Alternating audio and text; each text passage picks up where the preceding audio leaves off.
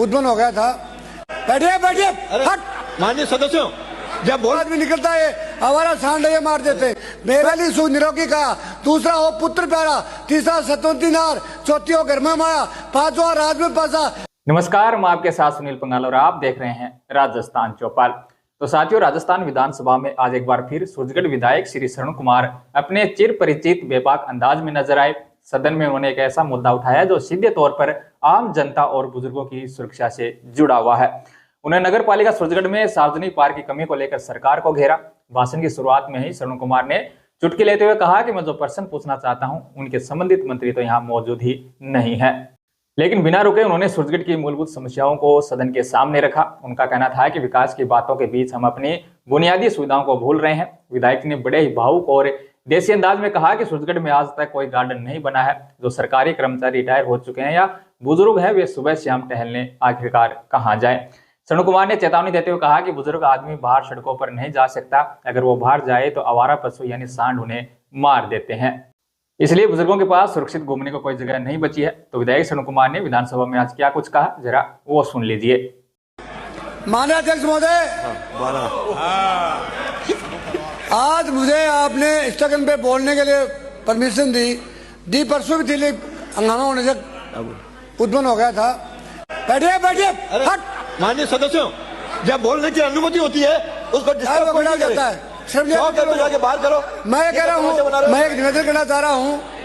पहले बात तो जिस क्वेश्चन में लगा रहा उसका मंत्री नहीं है। एक दो करके उठो, सब एक साथ अपनी सीटों से खड़े हो जाओ। कहाँ जाएंगे? ये घर से आए इसी काम के लिए विधानसभा जाऊंगा, फिर भाग रहे हैं। पूरे कह रहे हैं घर ही रहते हैं। सुनिए, मैं तो एक बात कह रहा हूँ माननीय अध्यक्ष महोदय, बोलिए अपना। सूरजगढ़ नगर पालिका की स्थापना 1942 में हुई थी। आज तक उसने सेवरेज लाइन डाली, उन्हें कोई गार्डन है, कोई सुविधा नहीं है और सरकार को टैक्स बराबर दे रहे हैं। मैं आपसे निवेदन करूंगा कि जो रिटायर्ड लोग हैं वो घूमने के लिए नहीं जा सकते घर से। घर से जो बूढ़ा आदमी निकलता है हमारा सांड ये मार देते हैं। मेरे सूरजगढ़ में 15 आदमियों के पैर तोड़ दिए हमारा परसों ने। तो मैं आपसे भी निवेदन करता हूं कि मंत्री जी को कह के, सरकार को कह के वहाँ एक पार्क बनवाया जाए जिसे वर्द लोग अपनी रिटायर्ड जिंदगी काट सके और रोगी से। कल भी कह रहे थे लोग कि पहली सुख निरोगी कहा, तो निरोगी कहाँ है? जरा खाट में पड़े आदमी कैसे रहेगी? उसमें यह था, ये लोग पूरी पढ़ नहीं पाए। पहली सुख निरोगी कहा, दूसरा हो पुत्र प्यारा, तीसरा सतवंती नार, चौथी हो घर में माया, पांचवा राज में पासा, छठा हो सुखम पड़ोसी और सातवां हो पानी के पास वास। ये होता है सारा सिस्टम। ये सारा सिस्टम क्यों मिलता नहीं है? इसलिए मैं चाहूंगा कि आप मेरी बात को ध्यान देंगे और मेरे बहुत ही पुराने आप साथी हो, इसलिए भी इस बात को पूरा करवाएंगे।